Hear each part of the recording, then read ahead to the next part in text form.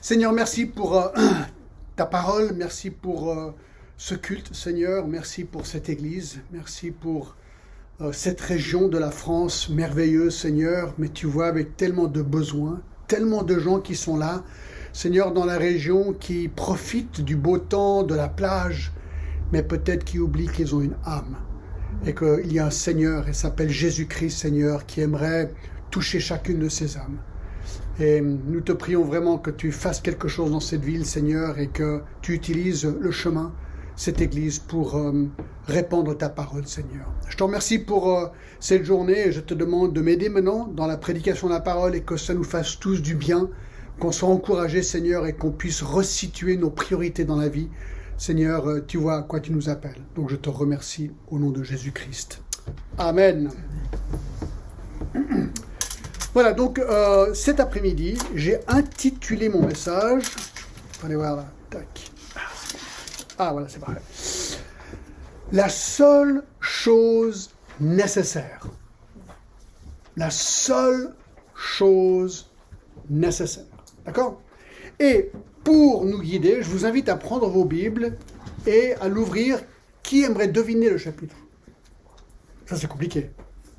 Luc, chapitre 10. D'accord?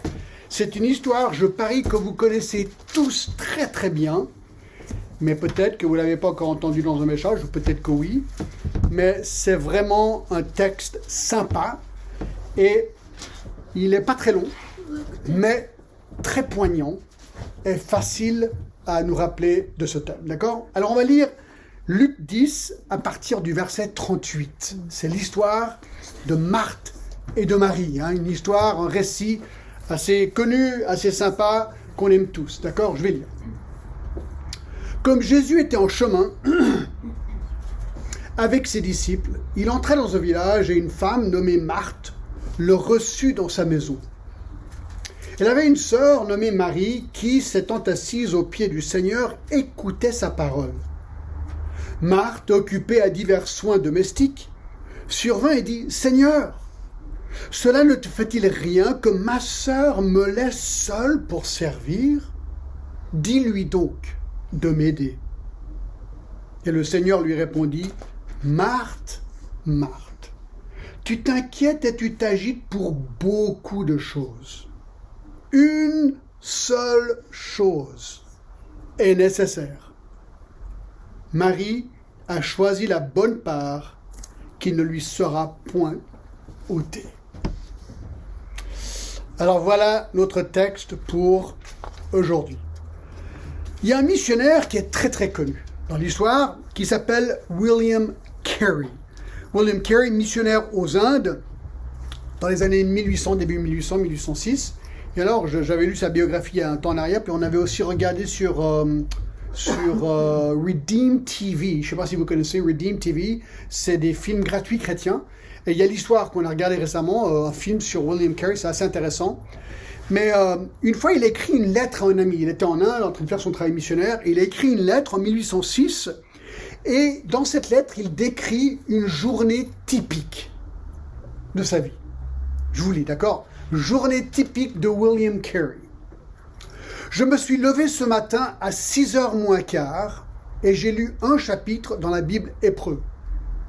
Puis j'ai passé jusqu'à 7h en temps personnel avec Dieu. À 7h, j'ai participé aux prières familiales des serviteurs de Bengale. Pendant que le thé se faisait servir, j'ai lu un petit peu en perse avec un munshi qui attendait que je parte de ma chambre à coucher. Assis, j'ai lu un peu avant le petit déjeuner une portion des Écritures en hindoustan, c'est une langue. Lorsque le petit déjeuner était terminé, je me suis assis avec un pundit à la traduction des Écritures du sanskrit au Ramayana et j'ai continué cette traduction jusqu'à 10h du matin, à quel moment je suis allé au collège pour enseigner les cours de Bengale, sanskrit et marathi jusqu'à entre 1 et 2h de l'après-midi. Donc ça, c'est que le matin, d'accord? Quand je suis rentré à la maison, j'ai examiné un manuscrit de la traduction en bengale de Jérémie qui m'a pris jusqu'au souper. Après le souper, j'ai traduit avec l'assistance du chef pundit du collège la plus grande partie du chapitre 8 de Matthieu en sanskrit. Ceci m'a pris jusqu'à 18 heures. Après 18 heures, je me suis assis avec un Tilingua pundit pour apprendre sa langue. D'accord. C'est à ce moment-là que j'ai pu prendre un peu de temps pour réfléchir sur mon sermon, que j'ai commencé à schématiser, et à 19 heures, j'ai prêché en anglais. Les fidèles étaient partis à 21 heures. Je me suis assis à ce moment-là pour vous écrire, mon cher ami. Après cette lettre, je m'asserai pour lire un chapitre dans le Nouveau Testament grec avant de m'endormir. Waouh! Je me sens tout petit face à une telle journée. Moi, il y a une chose qui me frappe dans la description de ce jour dans la vie de William Carey, c'est que j'ai l'impression que presque tout ce qu'il faisait, eh bien, était centré sur la parole de Dieu. Tout était centré sur la Bible, tourne autour de la parole de Dieu. C'est intéressant. C'est pas le seul, en fait. Dans le psaume 1, David l'avait compris. Vous vous rappelez, heureux l'homme qui ne marche pas selon le conseil des méchants, qui ne s'arrête pas sur la voie des pécheurs et qui ne s'assied pas en compagnie des moqueurs, verset 2, mais qui trouve son plaisir dans la loi de l'Éternel et qui la médite jour et nuit. David aussi avait compris que la vie, eh bien, elle doit être centrée sur la parole de Dieu. Mais ce n'est pas le seul non plus. Dans Ecclésiaste 1, eh bien, il y a un autre gars qui s'appelle le roi Salomon, fils de David, qui lui aussi a compris. Alors lui, il a compris de manière compliquée un peu, j'ai envie de dire. Au verset 12, dans le chapitre 1 de Ecclésiaste, eh bien, il est en train d'essayer de trouver de la signification dans sa vie par plein de trucs. Alors, il avait des moyens infinis, parce que c'était un homme très riche, et donc il pouvait se permettre tout. Et alors, c'est exactement ce qui s'est fait. Verset 12 du chapitre 1, moi, l'Ecclésiaste, j'étais le roi d'Israël à Jérusalem. J'ai appliqué mon cœur à rechercher, à sonder par la sagesse tout ce qui se fait sous les cieux. C'est là une occupation pénible à laquelle Dieu soumet le Fils de l'homme. J'ai vu tout ce qui se fait sous le soleil et voici tout est vanité et poursuite du vent. Et là on va lire, enfin on va pas lire, mais dans le chapitre 2, dans le chapitre 3, il montre tout ce qu'il essaye de faire. Il dit, verset au chapitre 1 par exemple, peut-être on va commencer le chapitre 1, verset 17. J'ai appliqué mon cœur à connaître la sagesse et à connaître la sottise et la folie. J'ai compris que cela aussi est poursuite du vent. Chapitre 2, verset 1. J'ai dit dans mon cœur, allons, je t'éprouverai par la joie et tu goûteras le bonheur. Et voici, c'est encore une vanité. J'ai dit au rire. Alors vous savez, les gens, ils aiment rire. Hein. Vous savez, ces comiques qui font rire les gens. Verset 2. J'ai dit au rire insensé. Après un moment, on en a marre de rire. Tu peux rire pour un moment, mais ensuite, ça devient fatigant de rire. C'est marrant, on ne peut pas rire constamment. C'est ce qu'il dit ici. À quoi sert-elle?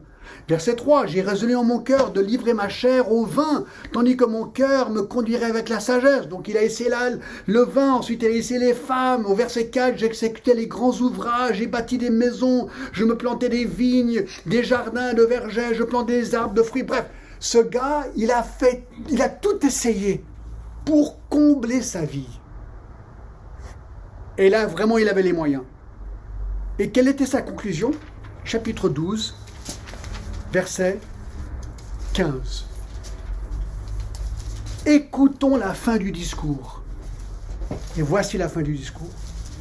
Crains Dieu et observe ses commandements.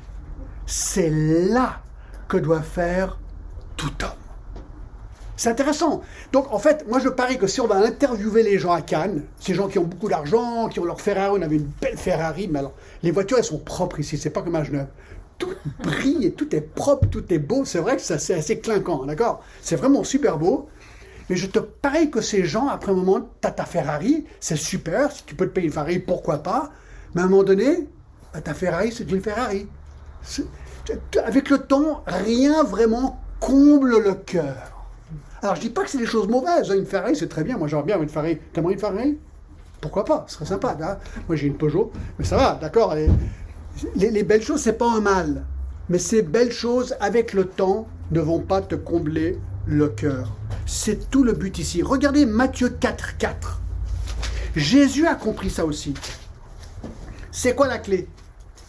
Matthieu 4, 4, le diable est en train de tenter Jésus. Jésus répondit, il est écrit, l'homme ne vivra pas de pain seulement. Mais quoi? Mais de toute parole qui sort de la bouche de Dieu. Bref, ce qu'on voit, c'est que tôt ou tard, la vie ne comble pas. Qu'est-ce qui comble? C'est la vérité qu'on trouve dans la parole de Dieu. Et William Carey, ce missionnaire, me lance un grand défi. Et c'est un défi qu'on doit se relancer tous les jours de notre vie. Est-ce que ma vie, elle est vraiment centrée sur la parole de Dieu? Parmi toutes les activités possibles, qu'est-ce qui est ma vraie priorité? Je pense que notre texte d'aujourd'hui, Luc 10, nous aide à comprendre cette priorité qui doit être la nôtre dans une histoire très simple, qui fait un peu rire, mais qui est extrêmement profonde aussi. D'accord? Et c'est donc ce qu'on va voir. Donc alors, j'ai divisé notre texte en 3 parties toutes simples. Numéro 1, nous allons en premier regarder l'émerveillement de Marie. Deuxièmement, nous allons voir le mécontentement de Marthe. Et troisièmement, le monologue du maître. D'accord? Alors commençons juste avant avec le cadre de cette histoire. Le cadre de cette histoire. Verset 38. Comme Jésus était en chemin avec ses disciples, il entra dans un village et une femme nommée Marthe le reçut dans sa maison. Donc au verset 38, on apprend que Jésus est en chemin avec ses disciples et il rentre dans un village. Alors, c'est une scène très commune dans la vie de Jésus, très, très commune dans sa vie, où Jésus et ses disciples, ils vont de village en village pour annoncer l'évangile et ils marchent, d'accord? Donc là, ils arrivent, ils sont à pied, ils arrivent dans un village où ils prêchent et faisant souvent des miracles. Il est avec qui? Il est avec ses disciples. Alors vous savez qu'il avait 12 disciples, Simon-Pierre, André, Jacques, Jean, Philippe, Barthélemy, Thomas, Matthieu le publicain, Jacques fils d'Alphée, Thaddée, Simon le Cananite et Judas Iscario, celui qui lavera Jésus. Donc il y avait 12 disciples, il y avait Jésus, mais c'est pas tout seul. Dans Luc 8, on apprend qu'il y avait quelqu'un d'autre. Dans Luc 8, 2 à 3, petit détail qu'on ne pense, on voit pas souvent ça. Luc 8, 2, les 12 étaient auprès de lui avec quelques femmes qui avaient été guéries d'esprits malins et de maladies. Marie, dite de Magdala, de laquelle étaient sortis 7 démons, Jeanne, femme de Chusa, intendant d'Hérode, Suzanne et plusieurs autres qui l'assistaient de leurs biens. Donc, quand Jésus se promenait, et les films qu'on voit sur Jésus ne le montrent pas toujours, il y avait Jésus, il y avait les 12, mais ensuite, il y avait tout un entourage. Il y avait ces femmes, des personnes qui suivaient, qui aidaient. Il fallait les nourrir, il fallait aider, tout ça. Et là, il y a toute une bande de personnes qui se déplaçaient avec Jésus. Et on apprend qu'il va ici maintenant rencontrer Marthe et Marie. D'accord? Donc, il y a tout un groupe, plus Marthe et Marie, et plus on voit leur frère qu'on verra dans un instant. Donc, il y a, je dirais, minimum entre 20 et 30 personnes dans la scène qu'on va voir. D'accord? C'est quand même important de le savoir. 30 personnes, disons 30. 20, on ne sait pas, on devine. Alors, il entre dans un village. Quel village? Le texte ne nous le dit pas, mais on peut le déduire assez facilement parce que, alors il n'y a pas besoin de noter tout ça, mais dans Luc 10, 38, on apprend que c'est le village où se trouvait la maison de Marthe, puisque c'est Marthe qui l'accueille dans sa maison. Dans Jean 11, dans verset 39, on dit que Marthe avait une sœur, donc c'était leur village, le village de Marthe et Marie. Et dans Jean 11, 1 et 2, on dit que ces deux sœurs avaient un frère qui s'appelait Lazare, et que dans Jean 11, Jésus ressuscitera. Et dans Jean 11, 1, on apprend le nom du village. Le nom du village, c'est Béthanie. Donc, avec un petit peu de déduction, on peut trouver des trucs vraiment intéressants dans la parole de Dieu. Donc, ils sont dans un petit village qui s'appelle Béthanie. Alors, où est Béthanie? Béthanie est à 3 km au sud de Jérusalem, juste de l'autre côté des monts des Oliviers. Donc, si vous êtes déjà allé en Israël, vous êtes sur le mont des Oliviers, vous voyez Jérusalem, mais de l'autre côté, c'est Béthanie. Alors, c'est intéressant que ce village existe encore. Il s'appelle El Azarieh. Lazare en arabe. Vachement intéressant, je trouve quand même, d'accord? Et on peut aller le voir. Alors, je crois, toi, on n'est pas allé. Moi, je suis allé, je crois, tout seul aller voir. Hein. On n'est pas allé ensemble. Ah, c'est marrant, parce qu'on est allé plusieurs fois en Israël, mais j'étais une fois tout seul au tout début, et j'ai eu l'occasion d'y aller. Et ils ont le supposé tombeau de Lazare. Et on descend les escaliers, je suis rentré dans le tombeau de Lazare. Ça fait un peu les frissons quand même, hein, de se dire qu'on est peut-être, alors je dis bien peut-être parce qu'on ne sait pas sûr, mais peut-être dans le tombeau de Lazare. Mais ce qui est sûr, c'est que le village existe encore et on l'appelle mon arabe n'est pas très bon, Azarien, d'accord, Al-Lazare, d'accord. Et il y a même un vieux cimetière avec les 3 tombes. Imaginez, Marthe, Marie, Lazare. Je ne pense pas que c'est des vrais tombes, mais on n'en sait rien du tout. Bref, peut-être celle de Lazare, oui. Tout ce qu'on sait, c'est que Jésus, avec son entourage, arrive dans ce village et on apprend que Marthe le reçoit encore au verset 38. Elle le reçoit. Alors voici notre premier point qu'on va voir ce soir, c'est l'émerveillement de Marie. L'émerveillement de Marie. Je relis le verset 38 et ensuite le 39. Comme Jésus était en chemin avec ses disciples, il entrait dans un village et une femme nommée Marthe le reçut dans sa maison. Elle avait une sœur nommée Marie qui, s'étant assise aux pieds du Seigneur, écoutait sa parole. L'émerveillement de Marie. Alors, essayons de comprendre qui est Marie. Alors, il y a 3 événements dans la vie de Marie qui nous aident à comprendre son caractère. D'accord? Le premier, c'est justement dans Jean chapitre 11. Jean chapitre 11, allons-y. Donc ça, c'est le récit de la résurrection de Lazare. D'accord? Alors peut-être vous rappelez l'histoire, on est au verset 1. Il y avait un homme malade, Lazare, de Béthanie, village de Marie et Marthe, sa sœur. Donc, Lazare est malade. C'était cette Marie qui oignit de parfum le Seigneur et qui lui essuya les pieds avec ses cheveux. C'était son frère Lazare qui était malade. On y reviendra dans 2 secondes sur l'onction des pieds de Jésus par Marie. Pour l'instant, on est dans le récit de Lazare. D'accord? Les sœurs dirent à Jésus, « Seigneur, voici celui que tu aimes est malade. » Après avoir entendu cela, Jésus dit, « Cette maladie n'est point à la mort, mais elle est pour la gloire de Dieu, afin que le Fils de Dieu soit glorifié par elle. » Donc, on apprend que Lazare est malade, mais les choses s'empirent très vite parce que regardez au verset 14, alors Jésus leur dit ouvertement, Lazare est mort. Donc Lazare est malade et il meurt. Et il meurt il meurt. Maintenant, allons au verset 28. Ayant parlé ainsi, elle, parlant de Marthe, s'en alla, puis elle appela secrètement Marie. On veut voir le portrait de Marie ici, d'accord? Marie, sa sœur, lui dit, « Le maître est ici, il te demande. » Alors, dès que Marie eut entendu, elle se leva promptement, elle alla vers lui. Donc, Jésus il arrive dans le village, Marthe le reçoit, et ensuite elle va chercher Marie, et Marie vient pour voir Jésus qui continue à rentrer dans le village où son frère est mort. Donc, Jésus l'appelle, verset 28. Au verset 29, elle le suit promptement, donc elle y va vite, c'est ce qu'il dit au verset 29, elle alla vers lui.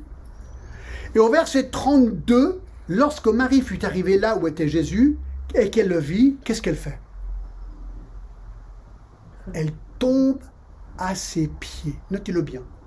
Elle voit Jésus, Marie va en courant, elle tombe à ses pieds. C'est exactement ce que le texte dit. Elle lui dit, « Seigneur, si tu avais été ici, mon frère ne serait pas mort. » Alors ça, c'est génial, parce qu'elle reconnaît que Jésus aurait pu le guérir, mais il n'est pas venu à temps, il est mort. Elle dit, « Mais tu aurais pu le guérir. » Mais elle tombe à ses pieds. Et au verset 33, qu'est-ce qu'elle fait? Elle pleure. Jésus, la voyant pleurer, elle et les Juifs qui étaient venus avec elle, frémit en son esprit, et elle fut tout émue. Et elle dit, « Où l'avez-vous mis, Seigneur ?» lui répondirent-ils, « Viens et vois. » Et le verset 35, c'est le verset le plus court de toute la Bible. 2 mots. Jésus pleura. C'est intéressant que face à la mort de Lazare, Jésus est ému de compassion et d'émotion et lui-même pleure. D'accord? Donc il avait toutes les émotions d'un homme, bien sûr. Il est ému et il pleure. Alors qu'est-ce qu'on apprend? Ce qu'on apprend, c'est que Marie, c'est une femme très émotionnelle, très émotive. Et quand elle voit Jésus, elle s'écroule devant lui pour être à ses pieds. Elle veut être tout proche des pieds de Jésus. Voilà ce qu'on apprend d'elle. Une femme profonde, sensible, contemplative, émotionnelle. Maintenant, allons au chapitre 12. Au chapitre 12. Deuxième incident dans la vie de Marie qui nous aide à la comprendre. Elle loin les pieds de Jésus. Regardez le chapitre 12. Alors, n'oubliez pas que le reste de l'histoire, c'est que Jésus va maintenant ressusciter Lazare, bien sûr. Par exemple, on le voit, regardez verset 43, chapitre 11, verset 43 de Jean. Ayant dit cela, il cria d'une voix forte, Lazare sort, et le mort sortit, les pieds et les mains liés en bande, et le visage enveloppé d'un linge. Jésus leur dit, déliez-le et laissez-le aller. Donc, Jésus ressuscite Lazare des morts. Ok. Chapitre 12. C'est la suite. 6 jours avant la Pâque, Jésus arriva à Béthanie où était Lazare qu'il avait ressuscité des morts. Alors, imaginez que vous avez un frère ou une sœur, disons que vous avez un frère, vous l'enterrez. 3 jours plus tard, Jésus vient, ou quelques jours plus tard, il vient et il le ressuscite. Donc, votre frère, il est enterré, et là, tout d'un coup, il est vivant. Vous ressentez quoi? Vous dites, waouh, c'est quand même dingue. Enfin, moi, c'est ce que je dirais. C'est incroyable, quoi. Il était mort, on l'a enterré, il était vraiment, vraiment mort. Enfin, vous avez déjà vu un mort, moi j'ai déjà vu un mort. Quand un mort est mort, on sait qu'il est vraiment mort. Et là, il est en train de me parler, il est vivant. Alors, ça, c'est l'émotion de Marie. Son frère est vivant. Alors, qu'est-ce qu'elle fait? Regardez, au verset chapitre 12. Eh bien, là où était son frère qu'il avait ressuscité, verset 2, là, on lui fit souper. Donc, Jésus est en train de manger avec Marthe, servait. Lazare était un de ceux qui se trouvaient à table avec lui. Donc, au chapitre 11, il est mort. Au chapitre 12, il est en train de manger autour d'une table. Il faut quand même se mettre ça dans la tête. C'est quand même pas rien, ça. Il est mort. Maintenant, il mange avec toi à table. Alors, qu'est-ce qu'elle fait? Marie, verset 3, ayant pris une livre d'un parfum de nard pur de grand prix, oignit les pieds de Jésus et lui essuyait les pieds avec les cheveux, et la maison fut remplie d'odeurs de parfum. Alors, cette femme, la sœur de Lazare, elle nous dit qu'elle prend une livre de parfum de nard pur de grand prix. Alors c'est combien? Alors c'est très simple. De nouveau, on ne va pas regarder tout ça, mais au verset 3, dans Marc 14, 5, même histoire, nous dit que le parfum coûtait 300 dinars, ou 300 deniers. Et on sait qu'un denier, c'était le salaire journalier d'un soldat romain. Et ça, c'était pas les pauvres. Hein. Les soldats romains, c'était les, comment dire, les bérets verts de Rome. C'était des bons salaires. Donc, ce parfum coûtait 300 jours de salaire, donc 1 an de salaire. 1 an de salaire. Alors, calculez votre salaire dans votre tête, 1 an de votre salaire. Alors vous dites, mais attends, c'est un parfum très cher. Oui, mais Chanel 5, c'est très très cher. Mais je ne pense pas que c'était aussi cher que le parfum de nard, d'accord? C'est très très cher. À l'époque, c'était comme l'or, c'était de l'investissement. Parce que ce parfum, on le trouvait en Inde. Dans les îles Maya quelque part, ils étaient portés sur la voie de la soie. C'était très très cher, c'était vraiment un investissement. Donc elle avait, alors comment est-ce qu'elle a eu son argent? On ne sait pas, peut-être qu'il y avait une société familiale, on ne sait pas. Bref, ce qu'on sait, c'est qu'elle avait quelque part planqué dans sa maison 1 an de salaire mis dans un vase de parfum. Jésus est là, elle a vu, j'ai des frissons juste à y penser à ce truc, d'accord? Jésus est là, elle sait que Jésus vient de ressusciter son frère qu'elle a vu mort. Elle est là, elle se dit, attends voir, il vient de ressusciter mon frère. Qu'est-ce que je pourrais faire pour le remercier? Là, elle ne calcule plus. Elle dit, le truc le plus précieux que j'ai, c'est 1 an de salaire dans une bouteille de parfum. Alors, sans attendre plus tard, elle va chercher cette bouteille de parfum planquée, elle l'amène, et qu'est-ce qu'elle fait? Elle prit une livre d'un parfum de nard de plus grand prix, oignit les pieds de Jésus. Alors, qu'est-ce qu'elle a fait? J'ai un vase dans mon bureau comme ça, donc elle a apparemment cassé le cou. Et ensuite, si on prend tous les textes ensemble, parce qu'à l'époque, ils se mettaient pas dans des sièges comme ça, mais ils étaient plutôt, allongés sur des coussins. Apparemment, ce qu'elle a fait, elle a commencé avec le parfum sur les cheveux de Jésus, mais ça a absorbé, les cheveux ont absorbé le parfum. Elle a continué tout le long de son corps, jusqu'à ses pieds nus. Le problème avec les pieds nus, c'est que ça absorbe pas. Donc, qu'est-ce qu'elle a fait? Elle a pris ses cheveux à elle, qu'elle a défaits, qui se faisaient pas, et elle a essayé de pomper, ou comment on appelle ça, éponger le parfum qui tombait sur le coussin. Donc elle a pris 1 an de salaire. Combien de temps est-ce que ça prend de verser une bouteille de parfum entière sur un corps comme ça, de la tête jusqu'aux pieds, peut-être 10-15 secondes maximum, en 1 an de salaire, évaporé. Juste pour le remercier. C'est pour ça que le texte dit dans Jean 12:3, et la maison fut remplie de l'odeur du parfum. Ensuite, une grande discussion se fait entre Judas et les autres disciples. Oui, c'est un gaspillage. Non, c'est pas un gaspillage. Et finalement, Jésus dit, mais écoutez, laissez faire, c'est pour le jour de ma sépulture. Bref, ce qu'on voit de nouveau ici, c'est quoi? Marie, elle est où? Au pied de Jésus. Elle aime être à côté de Jésus. Voilà, c'est ce qu'on voit. Et elle est prête à tout donner pour remercier Jésus pour ce qu'elle a fait dans sa vie et la vie de son frère. Alors avec ça, on retourne maintenant à Luc 10. Ça, c'est juste l'intro, hein, juste pour qu'on puisse mieux comprendre cette femme. Et alors, elle avait une sœur, on est au chapitre 10, Luc 10, 39, elle avait une sœur nommée Marie, qui s'étend, quoi? Elle fait quoi là? Elle s'assied aux pieds de Jésus. Elle écoutait sa parole. Alors, c'est intéressant. Le mot grec pour asseoir, très spécifique. Parathésomai.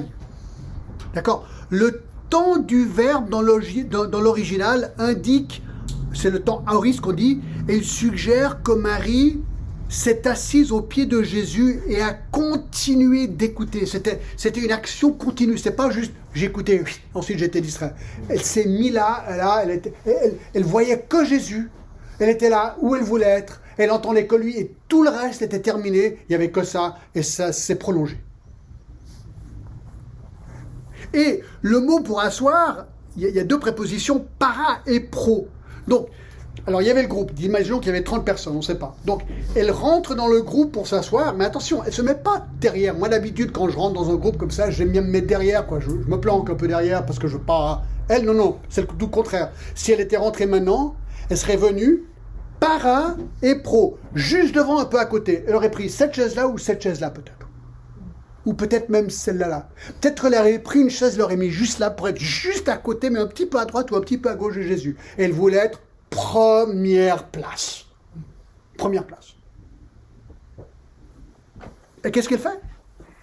Elle écoute. Elle écoute. Un mot qui suggère intensité de concentration et d'attention de la part de Marie. Elle buvait. Elle était juste devant lui, elle buvait les paroles de Jésus. C'est trop bien, quoi. Il y a une image forte, là. Vraiment une image forte. Dans l'imparfait, elle écoutait continuellement. C'était son habitude, c'est ce qu'elle aimait faire. C'est intéressant. C'était l'habitude de Paul. Dans Acte 22, 3, il est dit ceci. Paul dit, je vous le lis, je suis juif, né à Tars en Cilicie, mais j'étais élevé dans cette ville-ci et instruit au pied de Gamaliel, dans la connaissance exacte de la loi de nos pères, étant plein de zèle pour lui comme vous l'êtes pour aujourd'hui. Donc c'est intéressant, le terme qu'il utilise, j'étais instruit au pied de Gamaliel. Donc on imagine Paul, ce savant, il était brillant cet homme, qui buvait cette vérité qui venait de Gamaliel. C'est comme ça qu'il le décrit, d'accord? C'était aussi l'exemple de Jésus.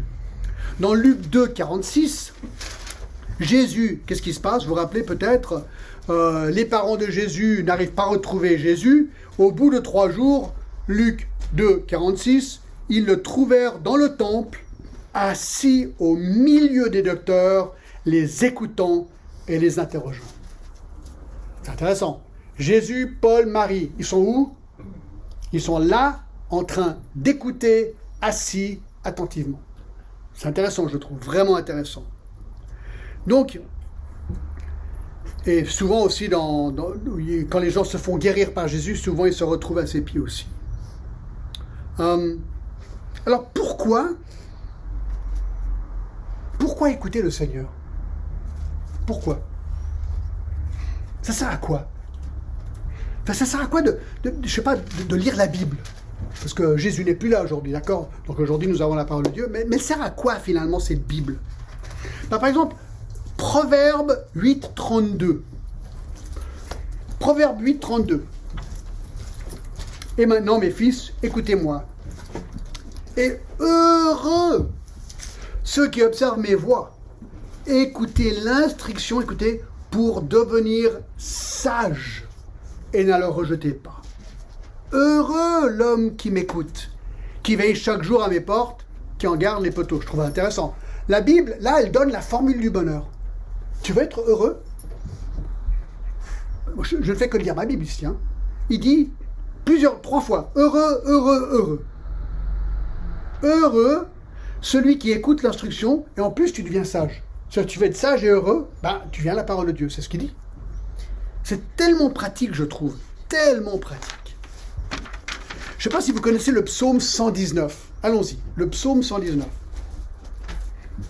Alors c'est le plus long psaume de toute la Bible, d'accord? Et il a un thème, c'est la parole de Dieu.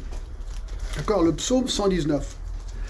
Alors j'ai devant moi, mais je ne vais pas vous les... je vais peut-être vous les lire toutes. 48 conséquences positives de la parole de Dieu. Vous voulez les entendre? 48 conséquences positives de la parole de Dieu. Je vous en donne juste, peut-être pour commencer, regardez le verset 1. Le psaume 119, 1. Heureux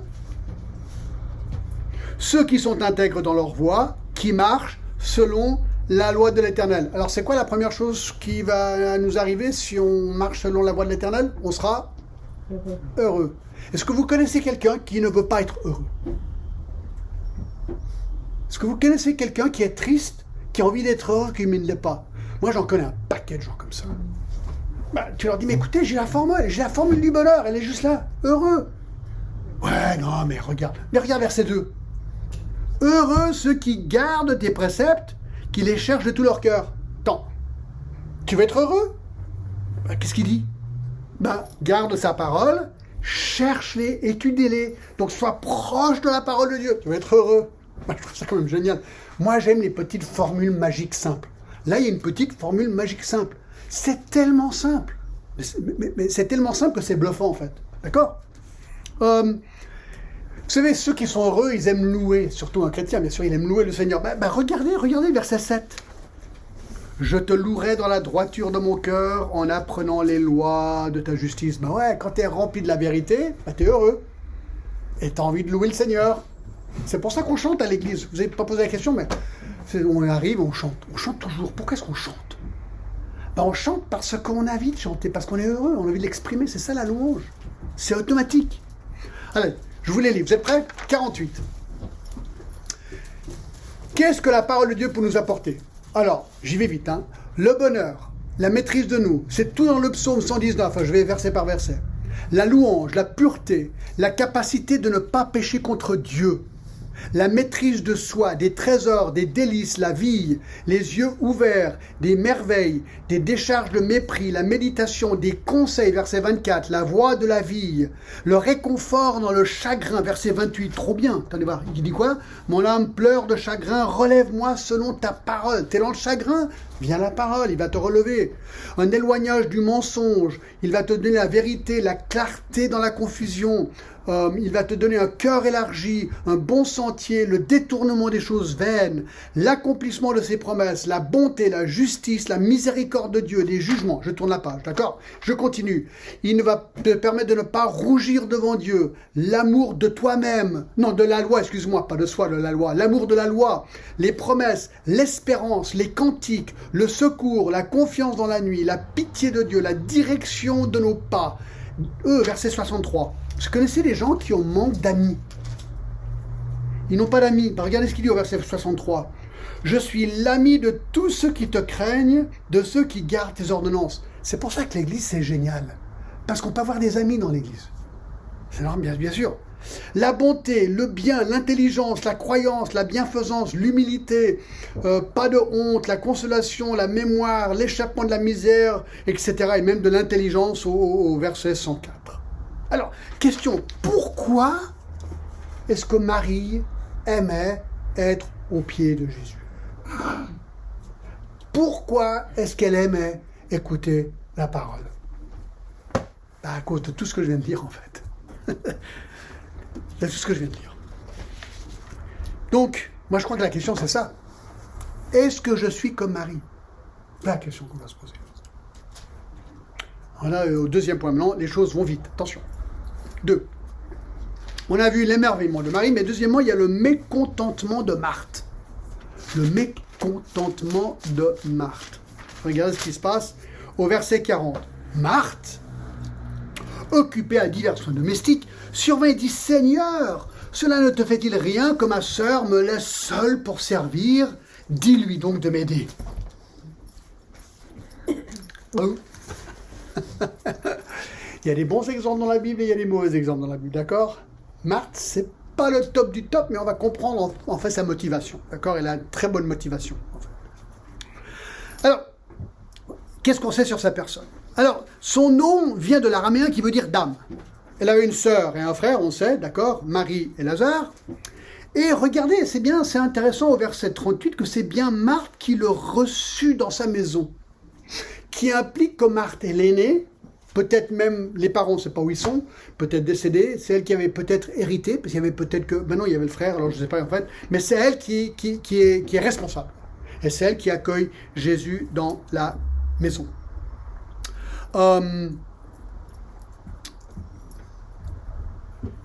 Et elle était aussi responsable des soins domestiques. Étant la responsable de la maison, écoutez, je ne sais pas, si quelqu'un vous appelle et on vous dit, écoutez, dans 3 heures, il y aura 30 personnes qui viennent manger à la maison. Vous réagissez comment? Hein? Alors, nous, on a de la chance, on a Picard surgelé là, d'accord?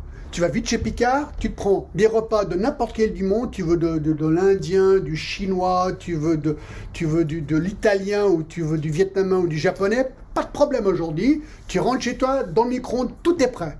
Nous, on y arrive. Mais à l'époque, c'était pas si simple. C'était pas si simple, d'accord? Alors, elle les reçoit dans sa maison et elle est responsable aussi du repas qui va suivre. Regardons dans Jean 12, sa réaction par rapport à Lazare. C'est intéressant. Excusez-moi, Jean 11 plutôt. Alors, j'aimerais qu'on note quand même quelque chose d'important, parce que Jésus va corriger Marthe, d'accord, ici dans Luc, mais aussi dans Jean. Regardez ce qu'il est dit dans Jean 11, 5. Or, Jésus, quoi? Aimait Marthe et sa sœur et Lazare. Donc ça, c'est important. Toute réprimande qui va venir de Jésus va être une réprimande motivée par l'amour, parce qu'il aime ces gens, d'accord? Il aime, ils sont des grands amis. C'était l'endroit où Jésus passait la nuit d'habitude quand il était à Jérusalem. C'était les grands amis, d'accord? Donc, lui aime Marthe, et dans Jean 11, 20, on voit que Marthe aime Jésus.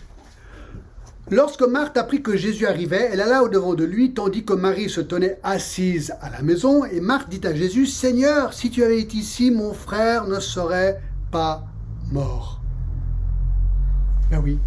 Mais maintenant même, je sais que tout ce que tu demanderas à Dieu, Dieu te l'accordera. Jésus lui dit, « Ton frère ressuscitera. » « Je sais, lui répondit Marthe, qu'il ressuscitera à la résurrection au dernier jour. Jésus lui dit, « Je suis la résurrection et la vie. Celui qui croit en moi vivra même s'il meurt, et quiconque vit et croit en moi ne mourra jamais. » Crois-tu cela? Elle lui dit, « Oui Seigneur, je crois que tu es le Christ, le Fils de Dieu, qui devait venir dans le monde. » Alors, attendez voir, ça c'est une confession incroyable. Elle est absolument convaincue que son ami Jésus est vraiment le Messie, qu'il est vraiment Dieu incarné, qu'il est celui qui était promis par Dieu pour venir mourir pour les péchés des hommes. Là, elle est convaincue. Elle est même convaincue qu'il aurait pu empêcher Lazare de mourir. Bon, elle n'avait peut-être pas encore complètement imaginé qu'il aurait pu le ressusciter, mais c'est déjà pas mal, j'ai envie de dire. C'est déjà vraiment pas mal. C'est elle qui court devant Jésus lorsqu'il approche le village. D'accord? Et dans Jean 12, verset 2, il y a un petit détail intéressant. Verset 1. 6 jours avant la Pâque, Jésus arriva à Béthanie, où était Lazare, où avait ressuscité les morts. On lui fit un souper. Qui servait? Marthe. Parce qu'elle était la responsable. C'était un petit peu normal. Elle servait, et Lazare était un de ceux qui se trouvaient à la table à lui. Alors pourquoi est-ce que Marie n'est pas en train de servir? Parce qu'elle s'est taillée en fait. Elle s'est taillée dans sa chambre pour aller chercher le parfum de nard là. Et elle revient pour le répandre sur Jésus. Donc, de nouveau, on voit que Marthe, étant la cheftaine de la maison, a une responsabilité d'hospitalité. C'est pas un mal ce qu'elle fait. C'est tout à fait normal et bien. Donc, elle aime le Seigneur, elle a un don, l'hospitalité, une responsabilité, l'hospitalité, elle doit faire le nécessaire. Donc ça, c'est pas un mal.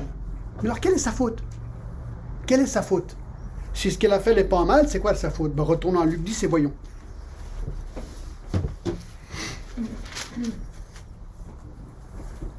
Sa faute. Verset 40. Marthe, occupée à divers soins domestiques, survint et dit, Seigneur, cela ne fait-il rien que ma sœur me laisse seule pour servir? Dis-lui donc de m'aider. Alors, j'ai envie de dire, alors le mot occupé est intéressant. Occupé, il dit tu es occupé à divers soins, c'est le mot en grec qui veut dire tirer quelque chose à part. Je ne sais pas, vous avez un bout d'étoffe et vous allez le tirer, ou le stretcher un petit peu, d'accord? Ou c'est littéralement dessiner tout autour. Vous avez peut-être déjà vu des gens qui sont hyper inquiets, et puis ils ont des lignes, ils sont tous tiraillés, des lignes là, dans leur visage. C'est un petit peu ici. Elle est tiraillée, distraite, froissée par tout ce qui se passe. Pourquoi? Parce qu'elle est occupée à divers soins domestiques. Comme on l'a déjà vu, il y a beaucoup de gens à aider. D'accord? Mais j'aimerais quand même que vous notiez un truc intéressant ici. Elle dit au verset 40, occupée de divers soins domestiques, elle survint et dit, Seigneur, cela ne te file rien que ma sœur me laisse seule pour servir. On a l'impression que Marie avait été dans la cuisine pour préparer le repas. Parce qu'ici, le problème, c'est le service. Se servir. Le repas était prêt. Et il fallait le servir. Et juste à ce moment-là, Marie elle s'assied au pied de Jésus, elle commence à écouter le message. Alors, Marthe est laissée toute seule avec le repas chaud, prêt, et personne pour l'aider à servir. C'est ça qui la frustre. Et ce que je trouve intéressant, c'est la manière qu'elle se présente.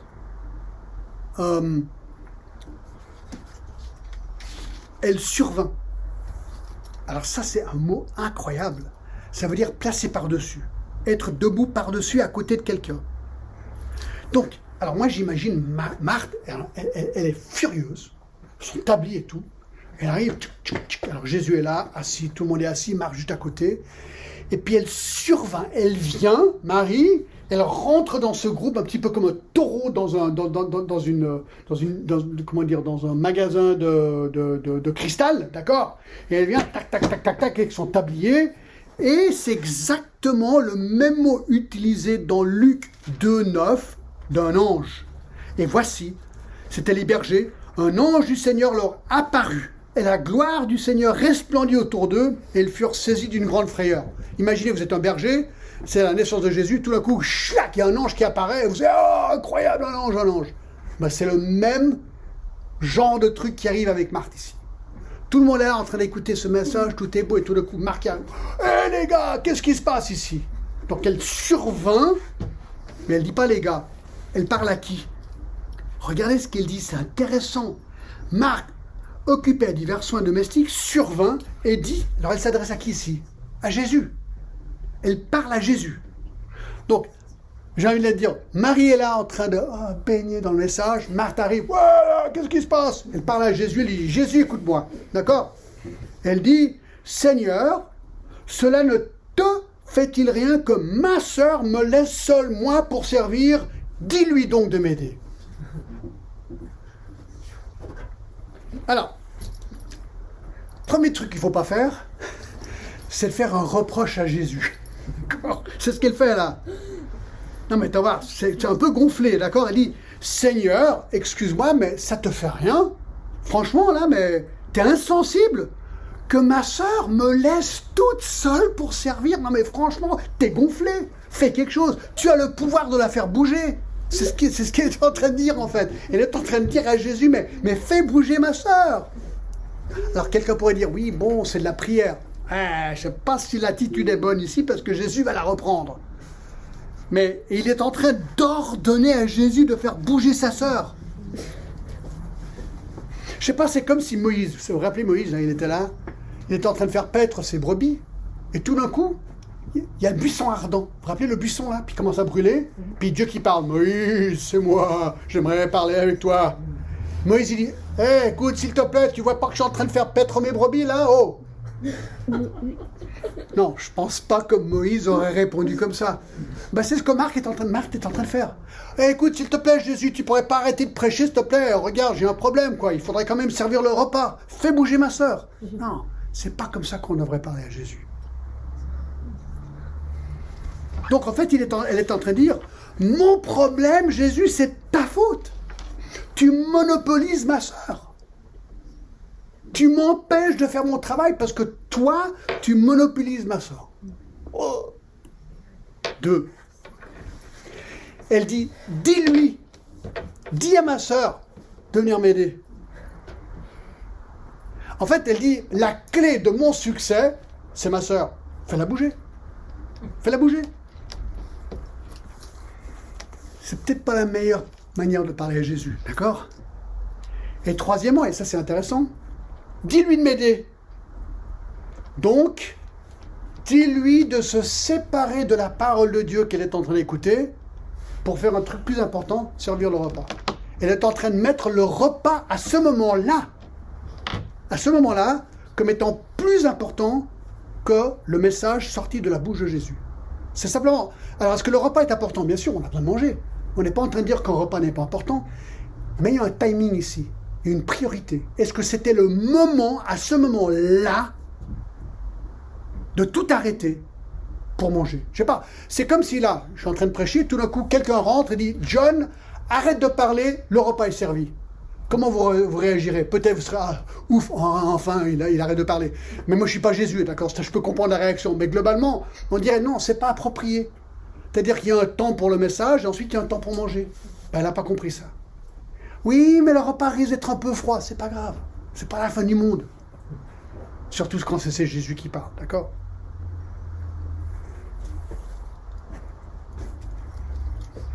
Donc, le problème, c'est quoi? C'était un problème de priorité à cet instant-là. Problème de priorité. Oui, les choses étaient importantes, la nourriture importante, mais elle aurait pu attendre. Alors, la question qu'on doit se poser, quel genre de choses peuvent nous distraire, nous? D'accord? Alors, toutes ces choses ne sont pas mauvaises, mais elles peuvent devenir un problème. Par exemple, regardez, Luc 8, 14, je vais vite. Luc 8, 14 nous donne certaines choses qui peuvent nous distraire.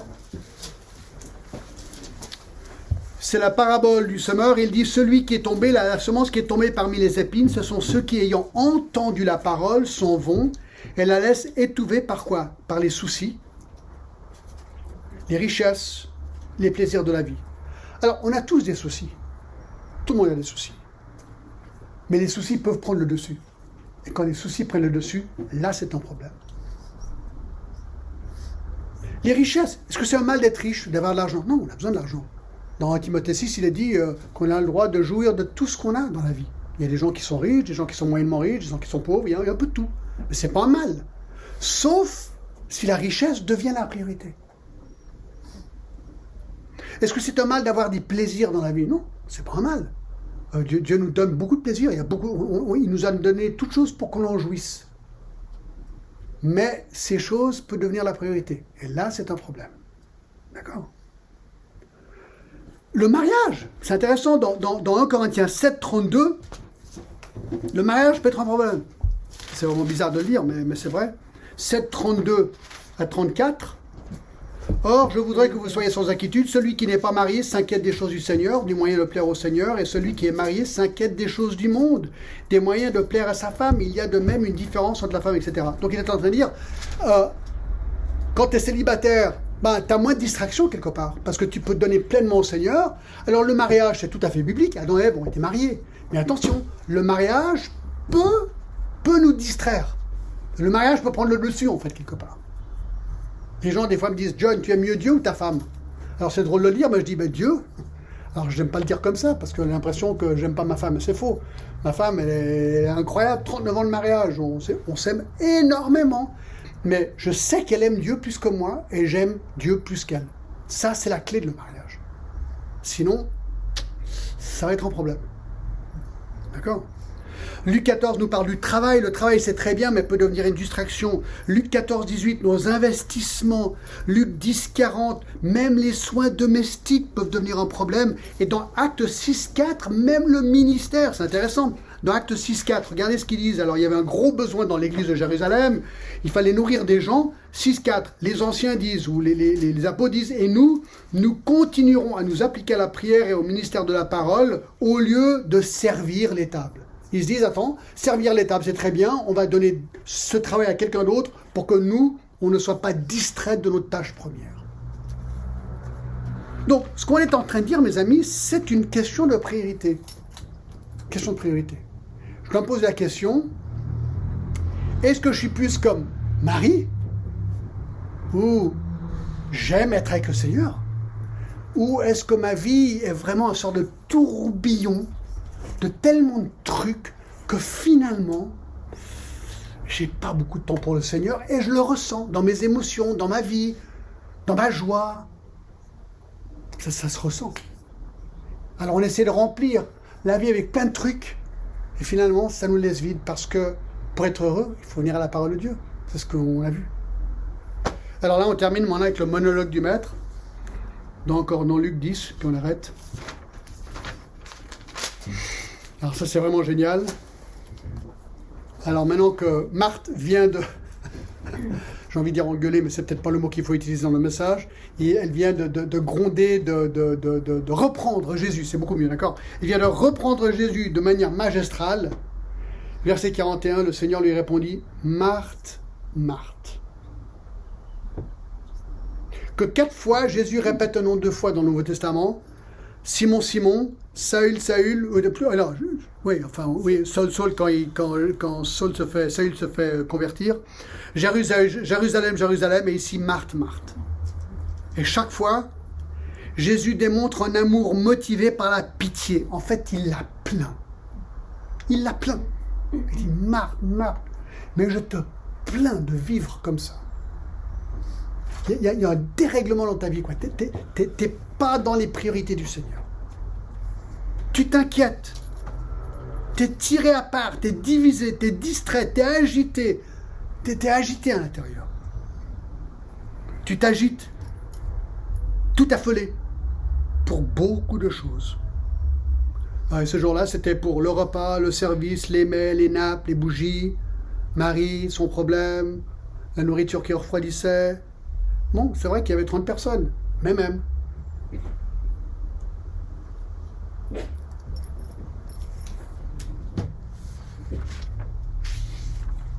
Et alors, quelle est la leçon du maître? Verset 42. Une seule chose est nécessaire.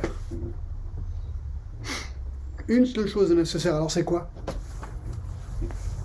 Je crois que l'histoire le dit, hein, c'est d'être à ses pieds. D'être à ses pieds. D'écouter sa parole de Dieu. C'est une vie vraiment où la priorité est Christ, en fait. Pensez-y. Pensez-y. Quelles sont les choses qui sont absolument nécessaires à la vie? Est-ce que la santé est absolument nécessaire à la vie? Non. Non.